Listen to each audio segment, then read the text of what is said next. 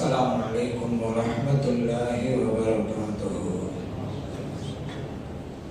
الحمد لله رب العالمين والصلاة والسلام على سيدنا محمد وعلى آله وصحبه أجمعين وما توفيقي إلا بالله لا حول ولا قوة إلا بالله العلي العظيم.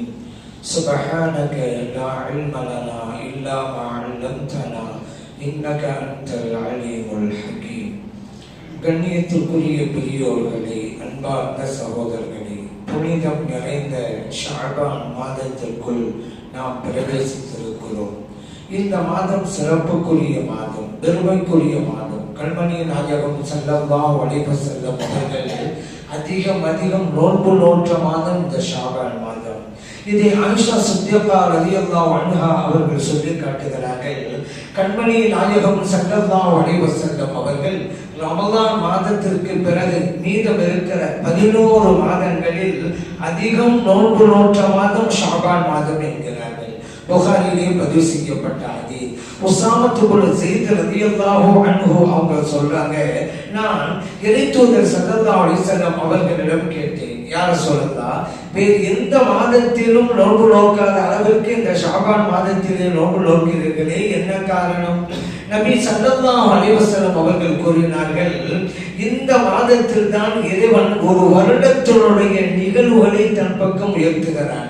அடியார்களுடைய வணக்க வழிபாடுகளை, ஒரு வருடத்தினுடைய வணக்க வழிபாடுகளை இந்த ஷஅபான் மாதத்தில் தான் இறைவன் உயர்த்துகிறான்.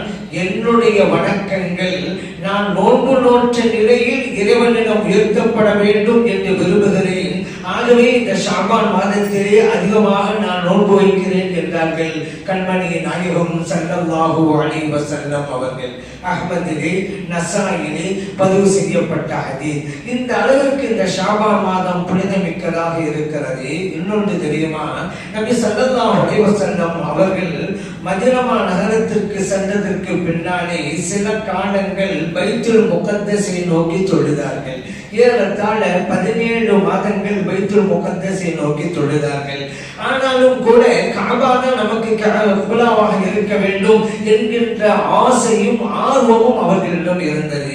ஆகவே அவர்கள் அடிக்கடி இறைவன் வகையை இறக்கி வைக்க மாட்டானா என்கின்ற எண்ணத்திலே வானத்தின் பக்கம் தங்களுடைய தலையை உயர்த்தி பார்த்து கொண்டே இருப்பார்கள்.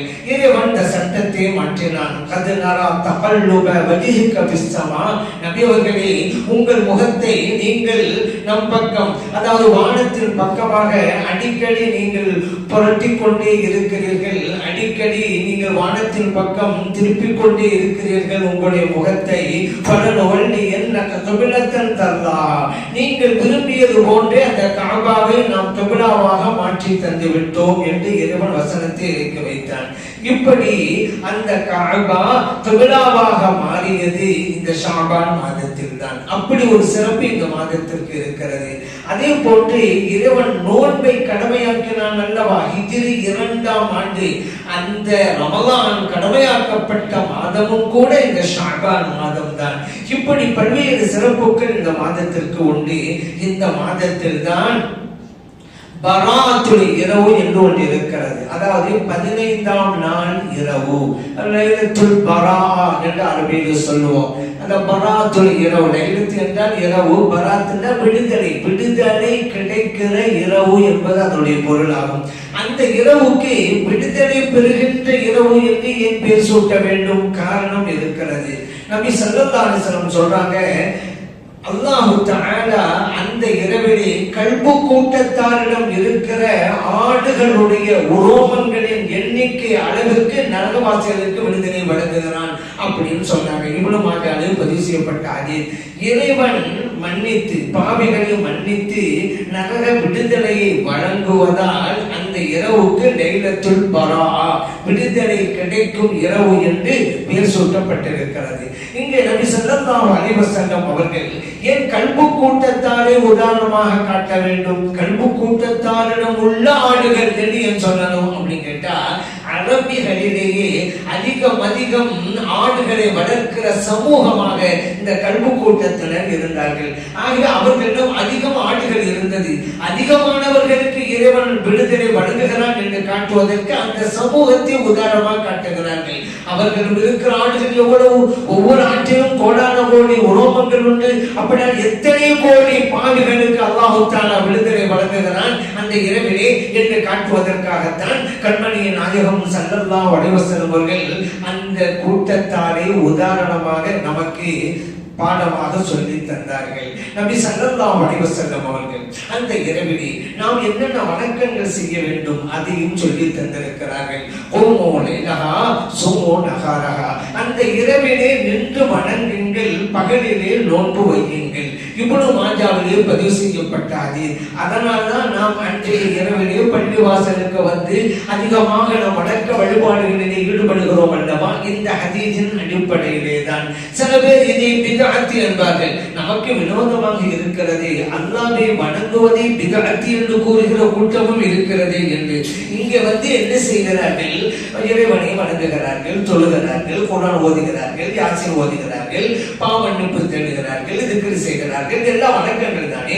அல்லாஹ்வுடைய இல்லத்தில் அல்லாஹ்வை வணங்குவதை பித்அத் என்று கூறுகிற கூட்டமும் இந்த சமூகத்தில் இருப்பது சாபக்கேடு.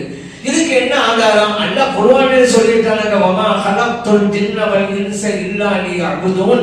மனித இனத்தையும் ஜின் இனத்தையும் என்னை வணங்குவதற்காகத்தான் படைத்தேன் என்று அல்லாஹ் சொல்லிட்டான். நான் படைக்கப்பட்டது அல்லாஹ் வணங்கதான், அல்லாஹ் வணங்குறதுக்கு தான் ஒன்று கூடுறோம். இது போய் பித்அத்னு சொன்னா அல்லாஹ் கட்டளையிட்டதை செய்வதை பித்அத்தா அல்லது அல்லாஹ்வுடைய கட்டளைக்கு விரோதமாக நடப்பது பித்அத்தா? யோசித்து பார்க்க வேண்டாம்.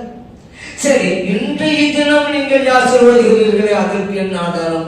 அன்றைய தினம் பள்ளிவாசல் ஒன்று கொள்கிறீர்களே அதற்கு என்ன ஆதாரம் என்று கேட்கிறார்கள். இன்னொன்னே, நாம் குர்ஆனை ஓதுகிறோம், யாசீனை ஓதுகிறோம் என்று வைத்துக் கொள்ளுங்கள். அன்றைய தினம் மட்டும் நாம் ஓதவில்லை, எல்லா நாட்களிலும் ஓதிக்கொண்டுதானே இருக்கிறோம். அன்றைய தினம் ஓதுகிறோம், அதற்கும் காரணம் இருக்கிறது. நான் பின்பு சொல்ல வருகிறேன். நபி ஸல்லல்லாஹு அலைஹி வஸல்லம் அவர்கள் வணங்க சொன்னார்கள், இரவிலே நாம் வணங்குகிறோம். காரணம், நமக்கு இறை தூதர் ஸல்லல்லாஹு அலைஹி வஸல்லம் அவர்கள் அவருடைய சொல்படி கேட்டு நடக்கணும் என்றுதான் குர்ஆன் சொல்கிறது. அப்படி நடந்தாதான் மறுமையில் வெற்றி என்று குர்ஆன் சொல்கிறது. நபி ஸல்லல்லாஹு சொல்லிட்டாங்க, அந்த இரவிலே நின்று வணங்குங்க என்று நாம் வணங்குகிறோம். அடுத்து இன்னொரு வணக்கமும் இருக்கிறது. என்ன? பகலிலே நோன்பு வைப்பது. இது யார் சொல்றது? நபி ஸல்லல்லாஹு அலைஹி வஸல்லம் அவர்கள் தான். சூமோ நஹாரஹா, அந்த பகலிலே நீங்கள் நோன்பு வையுங்கள். இப்னு மாஜாவில் பதிவு செய்யப்பட்ட ஹதீஸ். ஆகவே தான் நாம் நோன்பு வைக்கிறோம். பராத் நோன்பு. அன்னைக்கு நோன்பு வைக்காதீங்க. ஏங்க? ஹதீஸ்ல இருக்குது. அந்த ஹதீஸ் பலவீனமான ஹதீஸை ஏற்றுக்கொள்ள கூடாது என்பதுதான் உங்களுடைய கொள்கை, சித்தாந்தம் என்றிருந்தால் ஏன் நெஞ்சிலே கை கட்டுகிறீர்கள்? தொழுகையிலே நெஞ்சிலே கை கட்டுகிற அந்த ஹதீஸ் பலவீனமானது தானே, பக்கா பலவீனமான ஹதீஸ் தானே. சை என்று நிரூபிக்க முடியுமா? எத்தனை இடங்களில் நாம் சொல்லியிருக்கிறோம், லட்சம் ரூபாய் பரிசு தருகிறோம் என்றெல்லாம் அறிவித்து விட்டோமே. நிரூபிக்க வேண்டியதுதானே, பரிசு வாங்கி செல்ல வேண்டியதுதானே. பலவீனமான ஹதீஸை வைத்துக் கொண்டு நெஞ்சிலே கழுத்துக்கு நெருங்கிலே நல்ல கையை கட்டிக்கிட்டு நாம் நல்ல வழக்க வழிபாடு செஞ்சா பலவீனம்ங்கிறாங்க. நபி ஸல்லல்லாஹு அலைஹி வஸல்லம் அவர்களுடைய ஹதீஸை பலவீனம் என்று வகுத்தவர்கள் யார்? முஹத்திஸுகள் தானே, ஹதீஸ்கள் இமாம்கள் தானே. அந்த இமாம்கள் பலவீனமான ஹதீஸுக்கு என்ன தீர்வை சொல்லி தந்திருக்கிறார்கள்? அதை பார்க்க வேண்டாமா? ஒரு ஹதீஸ் ஆதாரபூர்வமானது, சஹீஹ். இன்னொரு ஹதீஸ் ضعيف, பலவீனமானது. இதை வகுத்தவர்கள் முஹத்திஸுகள். அந்த முஹத்திஸுகள் பலவீனமான ஹதீஸுக்கு என்ன தீர்வை, சட்டத்தை சொல்லி தந்தார்கள் என்பதையும் பார்க்க வேண்டும் அல்லவா? யஜூஸுல் அமலு பில் ஹதீஸ் ضعيف, ضعيفான ஹதீஸாக இருந்தாலும் அதை அமல் செய்வது ஜாயிஸ். இது சொன்ன நாமல்ல, முஹத்திஸுகள். எந்த இமாம்கள் தரம் பிரித்தார்களோ அவர்கள் சொல்லி தந்திருக்கிறார்கள். தரம் பிரித்ததை ஏற்றுக்கொள்வோம், ஆனால் அதற்குரிய தீர்வை அவர்கள் சொன்னாலும் ஏற்றுக்கொள்ள மாட்டோம். அது என்ன ரெட்டை அளவு? முஹத்திஸுகளை பின்பற்ற வேண்டும், முடிவுக்கு வந்துவிட்டால் அவர்கள் சொல்வதையெல்லாம் ஏற்பதுதானே முறை, நியாயம். சரி, இந்த நோன்பை நோக்கிறோம் அல்லவா? விரும்பினால் நோக்கட்டும், நோக்காமல் போகட்டும். நோன்பு வைக்காதே என்று சொல்கின்ற அதிகாரம் இந்த உலகத்தில் யாருக்கு இருக்கிறது? இறைவன் சொல்ல வேண்டும் அல்லது இறை தூதர் ஸல்லல்லாஹு அலைஹி வஸல்லம் சொல்ல வேண்டும். இந்த நாள் நோன்பு வைங்க, வைங்க, இந்த நாள் நோன்பு வைக்காதீங்க. அவங்கள சொல்லணும், சிலதான் சொல்லி இருக்கிறாங்க. பெருநாள் அன்னைக்கு நோன்பு வைக்காதீங்க, நோன்பு பெருநாள் ஹஜ்ஜு பெருநாள், ஐயாம தஷ்ரீக் ஹஜ்ஜு பெருநாளுக்கு அடுத்து ஒரு 3 நாட்கள் நோன்பு வைக்காதீங்க தெளித்து இருக்கிறாங்க. ஷக்குடைய நாள் பிறை தெரிந்தால் நோன்பு, இல்லையா நோன்பு இல்லை. அந்த ஷக்குடைய நாள்ல நோன்பு வைக்காதீங்க தெளித்து இருக்கிறாங்க ஸல்லல்லாஹு அலைஹி வஸல்லம் அவர்கள். வெள்ளிக்கிழமை மட்டும் நோன்பு வைக்காதீங்க, வைக்கிறதா தான் முந்தின நாளும் அடுத்த நாளும் சேர்த்துக்கிறீங்க நபி ஸல்லல்லாஹு அலைஹி சொல்லி இருக்கிறாங்க. இந்த பட்டியல்ல பராத்து நோன்புமா இருக்கு, ஷாபான் பிறை 15 வந்த பட்டியல் இருக்கு. நோன்பு வைக்காதீங்க ஸல்லல்லாஹு சொல்லியிருக்காங்களா? இல்லை. அவர்கள் தடுத்த நாட்களில் வைக்க கூடாது, அப்படியான மற்ற நாட்களில் நோன்பு வைக்கலாம். அதானே அவர்கள் தடுத்த நாட்கள் விட்டு நீங்களும் ஒரு நாள் கூடுதலா சேர்க்கிறீங்க. ஸல்லல்லாஹு சொன்னாங்க அந்த நாள் வைக்காதீங்க, பராத்தும் வைக்காதீங்க. இதை சேர்ப்பது நீங்க யாரு? அப்படி சொல்ல அதிகாரம் இருக்குதா? ஒரு மார்க்கத்தை சொல்வதற்கு இறைவனுக்கு அதிகாரம், இறைத்தூதர் ஸல்லல்லாஹு அலைஹி வஸல்லம் அவர்களுக்கு அதிகாரம், மற்றவர்களுக்கு எங்க அதிகாரம் வந்தது? நபி ஸல்லல்லாஹு அலைஹி வஸல்லம் சொல்லாம போயிட்டாங்களா? ஸல்லல்லாஹு அலைஹி வஸல்லம் சொன்னாங்க இந்த பராத்துல நோன்பு மட்டும் சொல்லல, நாங்க சொல்லணும்னு சொல்லல. இல்லைங்க, அதிகமா அக்குமலத்திற்கும் தீனுக்கும் உங்கள் மார்க்கத்தை நான் முழுமைப்படுத்தி தந்துவிட்டேன் என்று இறைவன் சொல்லியிருக்கிறான். எது ஆகமான நாட்கள் நோன்பு வைக்க, எது தடை செய்யப்பட்ட நாட்கள் நோன்பு வைக்க தெளிவாக இருக்கிறது. நீங்க இன்னொரு நாள் கொண்டு சேர்க்கிறீங்க, விரும்பினா வைக்க வைக்காம போங்க, அது ஒரு விஷயம். இது தடை செய்யப்பட்டது என்று சொல்கின்ற அதிகாரம் யாருக்கும் இல்லை.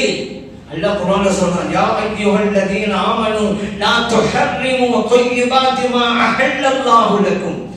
இறை நம்பிக்கையாளர்களே, அல்லாஹ் ஆகுமாக்கியதை நீங்கள் ஹராமாக்காதீர்கள் என்று அல்லாஹ் தடுத்திருக்கிறானே.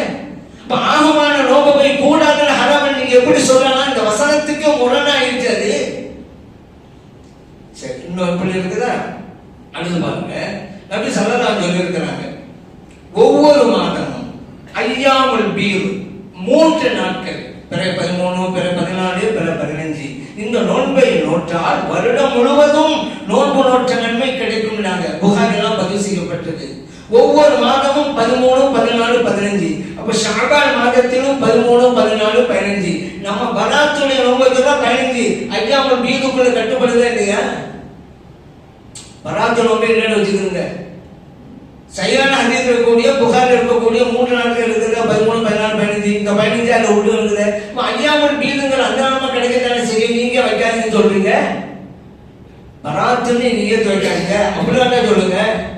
ஏன் நோம்பைன்னு சொல்றீங்க? அது ஏற்கனவே சுன்னத்தான நாட்களில் ஒரு நாளாகத்தானே இருக்கிறது பிறை 15, ஒவ்வொரு மாதம் இருக்கிற மாதிரி. சரி, நபி ஸல்லல்லாஹு அலைஹி வஸல்லம் எல்லா மாதங்களும் ரமலானை அடுத்து மற்ற எல்லா மாதங்களிலும் அதிகமான நோன்பு வச்சிருக்காங்க. புகாரில நசாயில எல்லாம் பதிவு பண்ண அதிகம் சொன்னோம் அல்லவா? அப்படினால பிற 15 வச்சுதானே இருப்பாங்க. அவங்களுக்கு பின்பற்றி 15 நாம வைக்க வேண்டியதானே? வைக்காதீங்கன்னு எங்க சொல்றீங்க? திருமணம் வைங்க, வைக்காம போங்க. ஆனா குர்ஆன் ஹதீஸை பின்பற்றுவோம் சொல்லிக் கொண்டு வணக்க வழிபாடுகளிலிருந்து இளைஞர்களை தடுத்துக்கிட்டு இருக்கிறீங்க. அதான நீங்க கண்ட லாபம். வேற என்ன பலன் இருக்கிறது? வணக்க வழிபாடு செய்வதிலிருந்து மிக. சரி, இந்த இரவு அன்னைக்கு நாம ஒன்று கூடி அல்லாஹ்வை வணங்குறோம், பயான் செய்யறோம், திக்ர் செய்யறோம், இதுவெல்லாம் பித்அத். சரி, அந்த நாளில் செய்ய வேண்டும் என்று இருக்கிறதா? இல்லையில, ஆகவே பித்அத். சரி, இது வேணான்னு வீட்டுக்கு போய் சாப்பிட்டீங்களே, அந்த நாளில் சாப்பிட வேண்டும் என்று இருக்கிறதா? அந்த நாளில் குடிக்க வேண்டும் என்று இருக்கிறதா? இதை விட்டு விட்டு போய் தூங்குறீங்களே, அந்த நாளில் தூங்க வேண்டும் என்று இருக்கிறதா? எல்லா நாட்களிலும் நாங்க செய்யறோம், அந்த அன்னைக்கு செய்யறோம். யாசின் வருது அப்படித்தானே, அல்லாஹ் வழங்குறது அப்படித்தானே, எல்லா நாட்களும் தான் வழங்குறாங்க. எல்லா நாட்களிலும் யாசின் ஓதுகிறோம், நாம் அந்த நாளிலும் ஓதுகிறோம். ஆனால் அந்த நாளில் மட்டும் ஏன் ஓதுகிறீர்கள் என்று கேட்பவர்கள் எந்த நாளிலும் ஓதாமல் இருக்கிறார்கள். நம்மள எத்தனை பேர் அன்றாடம் சுபுபுரை யாசின் இருக்கிறாங்க, மகரிப் யாசின் இருக்கிறாங்க, அன்றாடம் இருக்கிறாங்க. அந்த அன்னைக்கு நம்ம செய்யறோம், அவ்வளவுதான். அப்ப வணக்க வழிபாடை செய்வதிலிருந்து யாரும் தடுக்க கூடாது, செய்யணும்னு இருக்கிறது. நீங்க பலவீனம் முத்திரை குத்திதான் அளவே இல்லாம இருக்குன்னு சொல்ல முடியுமா? நாங்க இப்னு மாஜா இருக்குன்னு சொன்னாங்க. இரவுடைய வணக்கங்கள், பகலுடைய நோன்புகள், ஸஹாஹு சித்தா சஹீஹான 6 கிரந்தங்கள் உள்ளேதானே இப்னு மாஜா இருக்குதா இல்லையா? பலவீனம்னு முத்திரை குத்தி வணக்க வழிபாடு செய்ய விடாம ஆக்குறீங்க, அவ்வளவுதான். ஆதாரம் இருக்கத்தான் செய்கிறது. இன்னொன்னு, அந்த அன்னைக்கு செய்கின்ற வணக்க வழிபாடுகளில் ஜியாரத்து செய்வதும் இருக்கிறது. எல்லாம் ஹதீஸ் இதன் அடிப்படையிலே தான் ஆயிஷா சித்தியப்பா ரலியல்லாஹு அன்ஹா சொல்றாங்க, ஒரு நாள் இரவு படுக்கையிலே நபி ஸல்லல்லாஹு அலைஹி வஸல்லம் இருந்துட்டு இருந்தாங்க. திடீரென்று பார்க்கிறேன் அவங்கள காணா. நான் புறப்பட்டு போனேன், தேடி புறப்பட்டு போனேன். ஜன்னத்துல் பக்கையிலே தலையை உயர்த்திய வண்ணம் இறைவனிடம் பிரார்த்தனை செய்த வண்ணம் இருந்தார்கள். என்னை கண்டவுடன் கேட்டார்கள், குல்தி தஹாஃபீன் அன் யஹீஃபல்லாஹு அலைகி வ ரசூலுஹு, ஆயிஷாவே அல்லாஹ்வும் அல்லாஹ்வுடைய ரசூலான நானும் உங்களுக்கு அநீதம் இழைத்து விடுவோம் என்று நீங்கள் பயந்து போனீர்களா? ஆயிஷா சித்தியப்பா ரலியல்லாஹு அன்ஹா சொன்னாங்க, இல்லையா ரசூலல்லாஹ், உங்கள் துணைவியர்கள் யாராவது உங்களுடைய இல்லத்திற்கு வந்திருப்பீர்கள் என்று கருதித்தான் நான் புறப்பட்டு வந்தேன். இப்ப நபி ஸல்லல்லாஹு அலைஹி சொன்னாங்க, ஆயிஷாவே இன்றைய தினம் அதான் லைலத்துல் நிஸ்ஃப், ஷாபான் மாதத்துல 15வது இரவு பராத்திரம் சொல்றோம் அந்த இரவு, இந்த இரவு இறைவன் முதல் வானத்திற்கு இறங்கி வந்து கல்பு கூட்டத்தாரிடம் இருக்கிற ஆடுகளின் ரோமங்கள் அளவிற்கு அல்லாஹ் மன்னிப்பு வழங்குகிறான். ஆகவேதான் இன்னைக்கு நான் துவா செய்யறதுக்காக வந்தேன், இந்த ஜன்னத்துல் பக்கீல் உள்ளவங்களுக்கெல்லாம் என்று நபி ஸல்லல்லாஹு அலைஹி சொன்னாங்க. திருமிதியிலே பதிவு செய்யப்பட்ட ஹதீஸ் இப்னு மாஜாலும் பதிவு செய்யப்பட்டிருக்கிறது. அந்த அன்னைக்கு கபர்ஸ்தானுக்கு போய் ஜியாரத் செஞ்சிருக்கிறார் நபி ஸல்லல்லாஹு அலைஹி வஸல்லம் அவர்கள். ஆகவேதான் அந்த இரவிலே நாமும் கூட நம்முடைய முன்னோர்கள் எல்லாம் நல்லடக்கம் செய்யப்பட்டிருக்கிற கபர்ஸ்தானுக்கு போய் ஜியாரத் செய்கிறோம். அதுவும் சுன்னத், நபி ஸல்லல்லாஹு அலைஹி வஸல்லம் அவர்கள் செய்கிறது. ஆகவேதான் நம்ம செய்கிறோம். நபி ஸல்லல்லாஹு அலைஹி வஸல்லம் சொன்னாங்க, அந்த இரவுல இன்னல்லாஹ யன்ஸிலு ஃபீஹா லிகுரூபி ஷம்ஸி இலா ஸமாஇ துன்யா, அந்த இரவுலே சூரியன் மறைந்தவுடன் அல்லாஹ் முதல் வானத்திற்கு இறங்கி வருகிறான். கேட்கிறான், ஃபயகூல் அலா மின் முஸ்தக்பிரின் லி, என்னிடம் பாவமன்னிப்பு தேடுபவர்கள் இருக்கிறார்களா? ஃபஅக்பிரலஹு, அவர்களை மன்னிக்க நான் தயாராக இருக்கிறேன். அலா முஸ்தர்ஸிகுன், என்னிடம் ரிஸ்க் தேடக்கூடியவர்கள் இருக்கிறார்களா? ஃபஅர்ஸுகஹு, அவர்களுக்கு ரிஸ்க் வாரி வழங்க நான் தயாராக இருக்கிறேன். அலா முபத்தலன், சோதனைக்கு உள்ளாக்கப்பட்டவர்கள் இருக்கிறார்களா? ஃபமுஆஃபியஹு, அந்த சோதனையை அகற்றி அவர்கள் நல்சுகம் வழங்க நான் தயாராக இருக்கிறேன். அலா கதா, இப்படி ஒவ்வொரு இறைவன் ஒவ்வொன்றாக சொல்லி சொல்லி கேட்டுக்கொண்டே இருப்பான். இப்படிப்பட்ட பிரச்சனை இருக்கா, கேளுங்க தரேன். இப்படிப்பட்ட பிரச்சனை இருக்கா, கேளுங்க தரேன். இறைவன் கேட்டுக்கொண்டே இருக்கிறான். ஹத்தா யுத்லுல் ஃபஜ்ர், ஃபஜ்ருடைய நேரம் வருகின்ற வரைக்கும், சூரியன் உதிக்கிற வரைக்கும் இல்ல, ஃபஜ்ருடைய நேரம். ஃபஜ்ர் நேரம்னா சுபூடைய நேரம். சுபூடைய நேரம் வரைக்கும் அல்லாஹ் கேட்டுக்கொண்டே இருப்பான். இப்படி மாட்டாவே பதிவு செய்யப்பட்டாது. ஏன் நம்ம மக்ரிப் தொழுத உடனே யாசின் ஓதுறோம்? 3 யாசின் ஓதுவாங்க. அதுக்கு பேர் 3 யாசின் என்ன ஆதாரம்? நான் சொல்லியிருக்கேன் 5 யாசின் ஓதுப்பா. இல்ல இல்ல, அதுக்கான டைம் இல்ல. ஒரு யாசம் ஓது இல்ல, அதுவும் இல்ல. ஓதாம ஓதுறவங்க வேணாங்கிற, அதுதான் நம்ம கேள்வி. அல்லாஹ்வுடைய வேதத்தை ஓதக்கூடியவர்களை ஓதானே நீங்க சொல்றீங்க. அலிஃப் லாம் மீம் ஸல்லல்லாஹு சொல்றாங்க, ஒவ்வொரு எழுத்து ஓதினால் 10 நன்மை. அலிஃப் லாம் மீம் என்று சொன்னா அலிஃப் ஒரு எழுத்து, லாம் ஒரு எழுத்து, மீம் ஒரு எழுத்து. ஸல்லல்லாஹு சொல்றாங்க ஒரு எழுத்துக்கு 10, அலிஃப் லாம் மீம் என்ற 3 எழுத்து 30 நன்மை. திருமிதியிலே பதிவு செய்யப்பட்ட ஹதீஸ். உட்கார்ந்து ஓதுறாரு யாசின, அந்த அன்னைக்கு ஓதுறீங்க. காரணம் இருக்குது. காரணம் இல்லாம மூமின்கள் எதையும் செய்ய மாட்டாங்க. அதை நினைவுல வைங்க. என்றைக்கு ஓதுகிறார்கள் அன்னைக்கு ஓதுகிறார்கள், காரணத்தோடு செய்கிறார்கள். ஏன் நம்ம மாதிரி சொல்ல உட்காரோம்? அல்லாஹ் கேட்கறான்ல, முதல் வானத்து இறங்கி வந்து என்னிடம் பாவமன்னிப்பு தேடுபவர்கள் இருக்கிறார்களா? கேளுங்கள் தருகிறேன். இதெல்லாம் சொல்லி காட்டுறாங்கல்ல. எப்ப எனக்கு கேட்க ஆரம்பிக்கிறான்? சூரியன் மறைஞ்ச உடனே. சூரியன் மறைஞ்ச உடனே தான் மகரிபுடைய நேரம் வருது.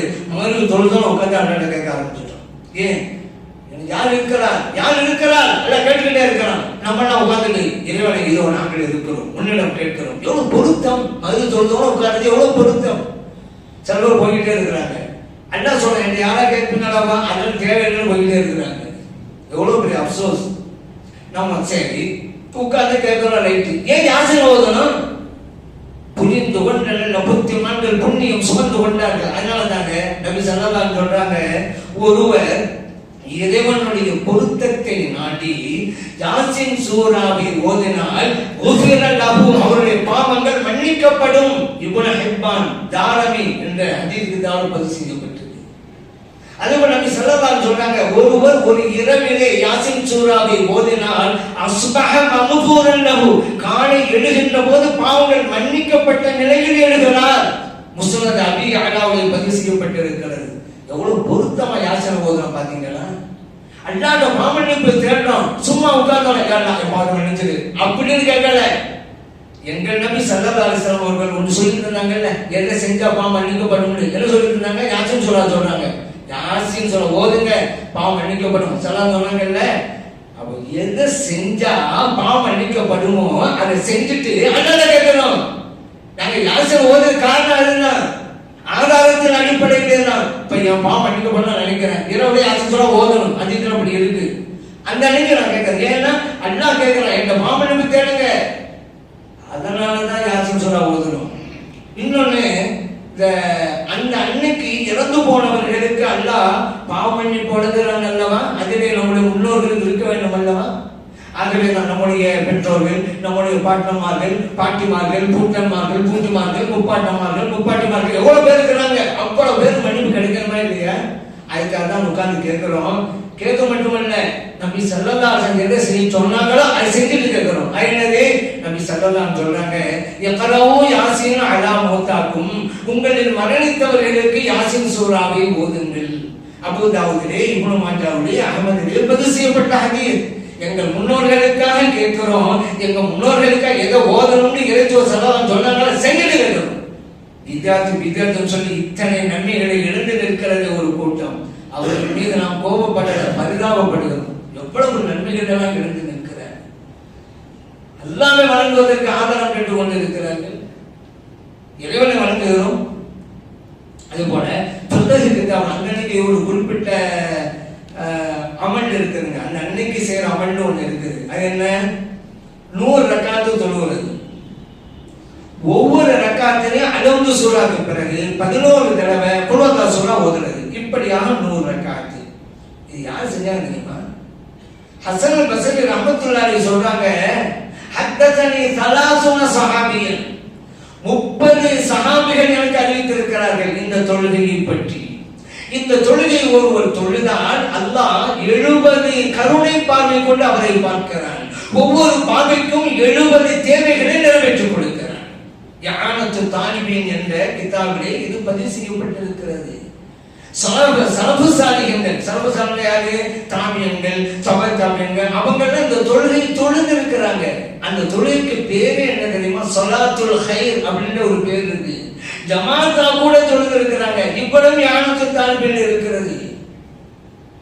அதனால அந்த தொழுகையை தொழுவதுங்கிறது பெரியவர்கள்லாம் தொழுதிருக்காரு. இன்னொரு விஷயம் தான் ஆச்சரியப்படுவீங்க. அஹ்பாரு மக்கா, இன்னைக்கு ஒரு கிதாப் இருக்குது, மக்காவின் செய்திகள். அதுக்கு அடுத்தால்தான் இது எழுதவர்கள் இமாம் ஃபக்கீஹி ரஹ்மத்துல்லாஹி அலைஹி. இவங்க 3வது நூற்றாண்டில் வாழ்ந்தவர்கள். அப்படின்னா தாபியனுடைய காலத்துல நெருக்கமா வாழ்ந்தவங்க.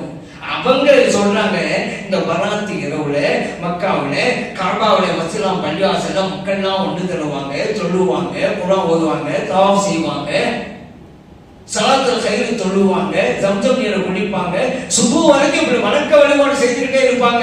எங்க மக்காவுல இன்னைக்கு தான் போச்சுங்க. அன்னைக்கு உள்ளவங்க செஞ்சாங்க. இதை நாம் சொல்லல.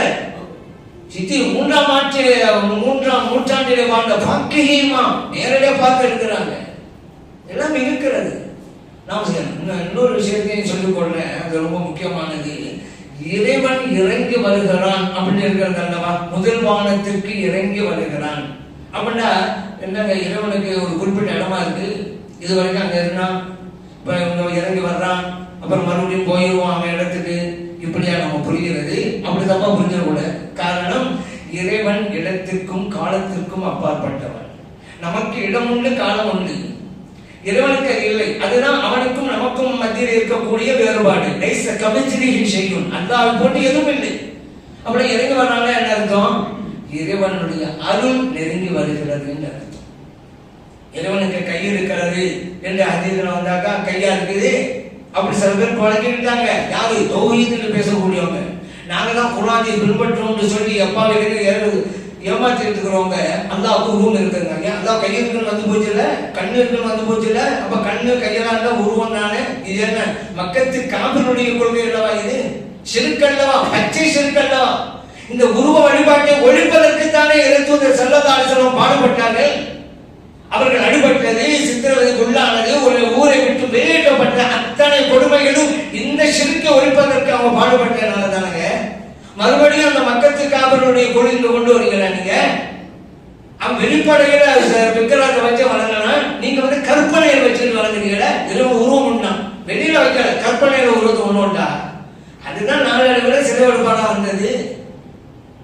அப்ப இறைவன் விஷயத்துல அப்ப இறைவன் கையெழுத்து வருது. அப்ப இறைவனுடைய ஆற்றலை அது அறிவிக்கும். அப்படிதான் புரியணும். கண்ணிற்கண்டு வருது இறைவன் அருள் கருணை கொண்டவன் அப்படின்னு புரியணும். அது அந்த மாதிரி தமிழ்ல நிறைய இருக்குது. அவர் விசாலமான கையும் போம், அப்படி கையில விசாலமான பெரிய கையா நல்லா கொடை கொடுக்குறவருங்க அப்படின்னு அர்த்தம். உங்களுடைய பார்வை என் பக்கம் கொஞ்சம் செலுத்துங்களேன், அப்படி என்ன உங்களுடைய இலக்கத்தை என் மேல கொஞ்சம் காட்டுங்களேன்னு அர்த்தம். இப்படி தமிழ் இலக்கியத்தில் எவ்வளவு இருக்குது. அப்படி இறைவனுக்கு உருவம்னு சொல்லாமா? ஆனா இறைவனுக்கு உருவம் இருக்கிறது சொல்பவர்கள் இறங்கிய வர்றாங்க அப்படின்னாங்க. அப்ப நாங்க ஒரு கேள்வி கேட்டோம். அப்ப புகார்ல ஒரு அதீத் இருக்குது, இறங்கி வருகிறான் இறைவன் ஒவ்வொரு இரவும். அப்ப அல்லாஹ் ஒவ்வொரு இரவும் இருப்பாருன்னு சொன்னா 24 மணி நேரத்துல இரவு இருந்துகிட்டே இருக்கும். என் பூமியில சுத்திக்கிட்டே இருக்குதுல்ல, இங்க இரவு இருக்கும், கொஞ்சம் போனா இன்னொரு நாள், இன்னும் கொஞ்சம் நேரம் போனா இன்னொரு நாள். அப்ப இரவு இருந்துகிட்டே இருக்குது. அல்லாஹ் இரவோட இறங்கி வர்றான். வந்த இரவு அது போட என்ன வந்துடுறேன், இரவு இருந்துகிட்டே இருக்குது. இப்பதானே இருந்து ஆகணும், போக முடியாத. இவங்களுடைய தவறான கொள்கையால் இப்படி ஒரு பிரச்சனை வருது. இரவோட அருள் வருகிறது, நெருங்குகிறது. அப்படி அர்த்தம் வைங்க. அதுதான் சாதிச்சிருந்தது ஈமானுக்கு, அதுதான் பாதுகாப்பு. ஆகவே இந்த பராத்துல் இறைவன் இன்னைக்கு நிறைய வணக்க வழிபாடுகள், அல்லாஹ்வுடைய கேள்விகளுக்கெல்லாம் நாமும் அவன்கிட்ட கோரிக்கை வைக்க போறோம், உதவிகள் கேட்க போறோம். அதற்காகத்தான் மறு தொழுந்துட்டு யாசோத்துல அதை கேட்க போறோம். இரவுல நம்ம நின்று வணங்க போறோம், நோன்பும் வைக்க போறோம். நோன்புன்னா இந்த வருஷம் நமக்கு நல்ல ஒரு பாயிண்ட் கிடைக்குது. என்ன அப்படின்னா திங்கக்கிழமை வருது பராத்துல் நோன்பு. அந்த நோன்பு வச்சா 3 நியத்தை வச்சிடலாம். ஒரு கல்ல 3 மாங்காய், 2 மாங்காய் இல்ல, ஒரு கல்ல 3 மாங்காய். என்ன பராத்துல் நோன்பு கிடைச்சிருக்கு. ஒவ்வொரு வாரமும் திங்களும் வியாழனும் நோன்பு வைப்பது சொன்னது சலாத்து சொல்லி இருக்கிறாங்க. அப்ப அந்த சொன்னத்தால் நியத்தையும் கொண்டு வந்துட வேண்டியது. இன்னொன்னு ஐயாமல் பீது 13, 14, 15, அது 15வது நாள் ஐயாமல் பீதுடைய சுன்னத்தான நோன்பை வைக்கிறேன். 3 நியத்தை வைக்கங்க, ஒரு நோம்புங்க, அப்போ நோம்பு கிடைக்குங்க. எல்லாம் வல்ல இறைவன் அமல்கள் செய்து நல்லவர்களாக சிறந்தோங்க தௌஃபீக் செய்தருள்வானாக. ஆமீன். அல்ஹம்துலில்லாஹி ரப்பில் ஆலமீன். யா ரசூலல்லாஹ்.